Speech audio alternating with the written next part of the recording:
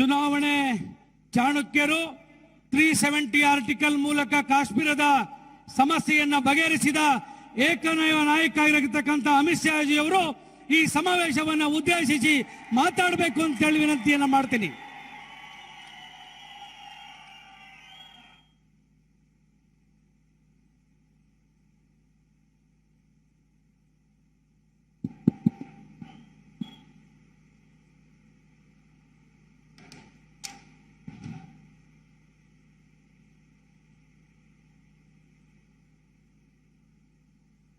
मेरे साथ बोलिए, भारत माता की।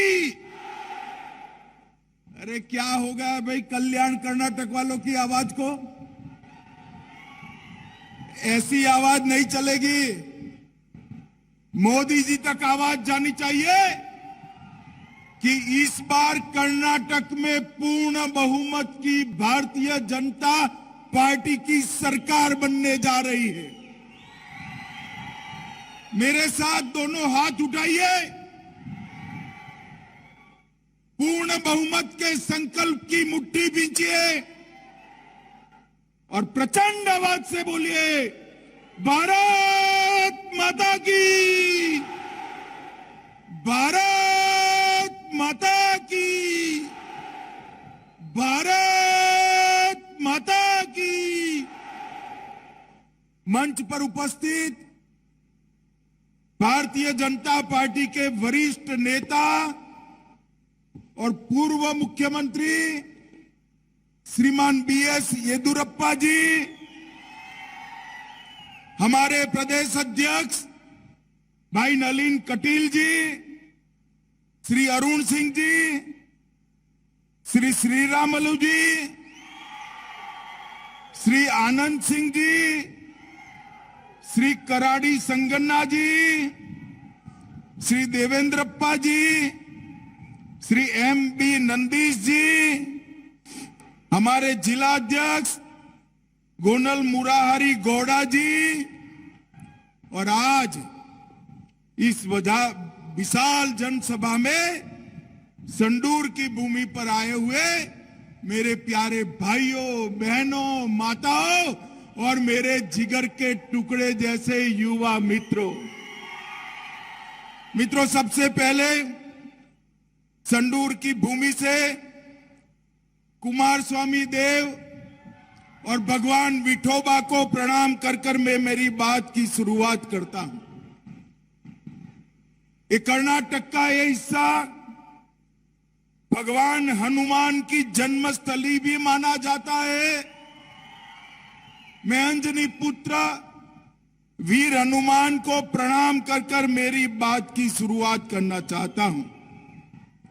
ये हक्का बुक्का की भूमि है, ये भूमि कृष्णदेव राय की भूमि है, ये भूमि यशवंतराव घोरपड़े की भूमि है। ये भूमि को प्रणाम कर मैं मेरी बात की शुरुआत करना चाहता हूं। सबसे पहले मेरे आने में 2 घंटा लेट हुआ, इसके लिए मैं क्षमा प्रार्थी हूं। 2 हाथ जोड़कर आपसे क्षमा की मांग करता हूं। मुझे तो था कि संडूर के लोग, औसपेट के लोग चले गए होंगे, मगर ये विशाल जनसभा बताती है 2 घंटा बाद भी आप बैठे हो, वो बताता है कि यहां पूर्ण बहुमत की भारतीय जनता पार्टी की सरकार बनने जा रही है। मित्रों, 2014 और 19 में आपने मोदी जी को आशीर्वाद दिया, मोदी जी प्रधानमंत्री बने। 18 के चुनाव में येदियुरप्पा जी के नेतृत्व में भारतीय जनता पार्टी सबसे बड़ी पार्टी बनी, मगर कुछ सीटें हमें कम दे दी। और उसके बाद ये जेडीएस और कांग्रेस का सत्ता का खेल चालू हुआ, भ्रष्टाचार का केस चालू हुआ। ये कांग्रेस और जेडीएस दोनों परिवारवादी पार्टियां हैं। मित्रों, लोकतंत्र में परिवारवादी पार्टियां कभी जनता का, गरीब का कल्याण नहीं कर सकती। मित्रों, आज मैं आपको बताने आया हूं कि यहां पर भारतीय जनता पार्टी पूर्ण बहुमत के साथ आपका आशीर्वाद प्राप्त करने के लिए लड़ रही है। आज मैं कर्नाटक की जनता को बताने आया हूं, जेडीएस को दिया हुआ एक एक वोट, जेडीएस को दिया हुआ एक एक वोट कांग्रेस पार्टी के पास जाने वाला है और कांग्रेस पार्टी को दिया हुआ एक एक वोट सिद्धरामैया और उनकी एटीएम सरकार, जो दिल्ली का एटीएम थी, भ्रष्टाचार करती थी, उसको जाने वाला है। मित्रों, आज मैं कहने आया हूं, मोदी जी के नेतृत्व में देश को सुरक्षित करने वाली भारतीय जनता पार्टी एक और है और दूसरी ओर राहुल बाबा के नेतृत्व में टुकड़े टुकड़े गैंग के साथ जुड़ी हुई कांग्रेस पार्टी है। ये दोनों के बीच में आपको तय करना है। मित्रों, मैं कर्नाटक में आया हूं, मैं आपको कहने वाला आया हूं, पीएफआई पर नरेंद्र मोदी जी ने बैन लगा दिया, पीएफआई को बंद कर दिया। मुझे बताइए मित्रों, पीएफआई पर बैन करना चाहिए नहीं करना चाहिए? जोर से बोलो, करना चाहिए नहीं करना चाहिए? ये जब कांग्रेस की सरकार थी तब पीएफआई पर 1700 से ज्यादा केस वापिस लेने का काम किया था। ये नरेंद्र मोदी सरकार, आप मुझे बताओ भाई, अयोध्या में राम मंदिर बनना चाहिए या नहीं बनना चाहिए? जोर से बोलो, बनना चाहिए या नहीं बनना चाहिए? सालों से कांग्रेस पार्टी इसको अटका रही थी, लटका रही थी, भटका रही थी। नरेंद्र मोदी जी को आपने 19 में प्रधानमंत्री बनाया, मोदी जी ने राम मंदिर का शिलान्यास कर दिया और भव्य राम मंदिर बनने जा रहा है। मित्रों, देश को सुरक्षित करना चाहिए या नहीं करना चाहिए? जोर से बोलो, करना चाहिए या नहीं करना चाहिए? इस सालों से कांग्रेस पार्टी, सोनिया और मनमोहन सिंह 10 साल तक रहे, कई सारे हमले हुए, पाकिस्तान के कोई जवाब नहीं दिया गया। मोदी जी की सरकार बनी, मोदी जी ने उस वक्त भी पाकिस्तान ने हमला किया उरी और पुलवामा पर। 10 ही दिन में सर्जिकल स्ट्राइक और एयर स्ट्राइक कर पाकिस्तान के घर में घुसकर आतंकवादियों का सफाया कर दिया। माताओं, भाइयों, बहनों, मोदी जी ही देश को सुरक्षित कर सकते हैं, मोदी जी ही देश को समृद्ध कर सकते हैं। एक कांग्रेस पार्टी नहीं कर सकती। एक सीएम पद है, सीएम के लिए डीके शिव कुमार और सिद्धरामैया दोनों लड़ रहे हैं और दूसरे भी कई प्रत्याशी तैयार हैं।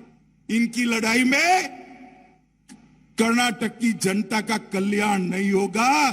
कल्याण, कर्नाटक का कल्याण करना है तो केवल और केवल भारतीय जनता पार्टी की सरकार चाहिए। मित्रों, मोदी जी ने गरीबों के घर में गैस भेजा, शौचालय भेजा, बिजली भेजी, बैंक अकाउंट भेजा, 5 लाख तक का स्वास्थ्य का पूरा खर्चा उठाया। और मुझे बताओ, बेल्लारी वालों, हॉस्पिटल वालों, सबने कोरोना का टीका लिया है या नहीं लिया है? कोरोना का वैक्सीनेशन हुआ है? वो जरा हाथ ऊपर करो तो। सबका हो गया ना? एक पैसा देना पड़ा है क्या? जरा जोर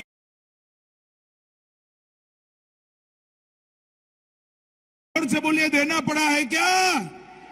मोदी जी ने 130 करोड़ लोगों को फ्री ऑफ कॉस्ट कोरोना का टीका लगाकर कर्नाटक को कोरोना से सुरक्षित कर दिया है। मोदी जी ने हर गरीब के घर में 2.25 साल से प्रति व्यक्ति, प्रति माह 5 किलो चावल या रागी या गेहूं या जुआर ये भेजकर गरीब के चूल्हे को जलते रखने का काम देश के प्रधानमंत्री जी ने किया है। मित्रों, बेल्लारी जिले को भारतीय जनता पार्टी की सरकार ने डीएमएफ ग्रांट 2000 करोड़ दी, 13,000 करोड़ रुपया पूरे कर्नाटक में डिस्ट्रिक्ट मिनरल फंड का दिया। लगभग 59 जिलों को भरने के लिए 1300 करोड़ रुपए की लागत से इसको आगे बढ़ाया। 60,000 लोगों के घर में जल से नल भेजा। इसके साथ साथ हर किसान को प्रति साल 6,000 रुपया। भैया बैठ जाओ, कुछ नहीं हुआ है, बैठ जाओ पीछे बैठ जाओ, सारे लोग बैठ जाइए। हर किसान को 6,000 रुपया प्रति साल भेजकर मोदी जी ने गरीब किसान का काम करने का किया है। येदियुरप्पा जी की पहले सरकार थी, अब बोम्मई जी की है। 9 लाख दुग्ध उत्पादकों को 1644 करोड़ रुपया दिया। खाद में सब्सिडी 140% बढ़ाई। सूक्ष्म सिंचाई योजना 1100 करोड़ रुपए की लागू की और एमएसपी के अंदर भी ढेर सारे बढ़ोतरी की। माताओं, भाइयों, बहनों, मैं अंत में एक ही बात करना चाहता हूं। आप मुझे बताइए, ये कश्मीर हमारा है या नहीं है? जोर से बोलिए, है या नहीं है? ये कश्मीर के अंदर से धारा 370 जानी चाहिए थी या नहीं जानी चाहिए थी? ये कांग्रेस पार्टी, ये जेडीएस, ममता, समता, एसपी, जेडीयू, ये सारे कहते थे 370 नहीं जानी चाहिए। मोदी जी ने कलम के एक झटके से धारा 370 को हटाकर हमेशा के लिए कश्मीर को भारत के साथ जोड़ने का काम हमारे नेता नरेंद्र मोदी जी ने किया है।